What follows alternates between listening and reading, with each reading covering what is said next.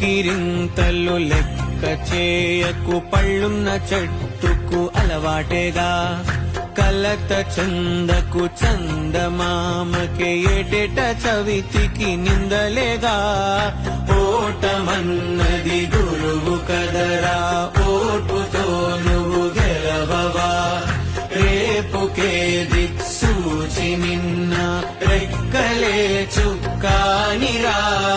మీరు నేల ఆకాశం నీపై చూపెను పాశం. దారే తప్పిన పాదాలు గాడిన పడితే సంతోషం. తరతరాల చెమట చుక్కలు లాల పోసెను భూమికే. బాధ్యతగా కొనసాగిన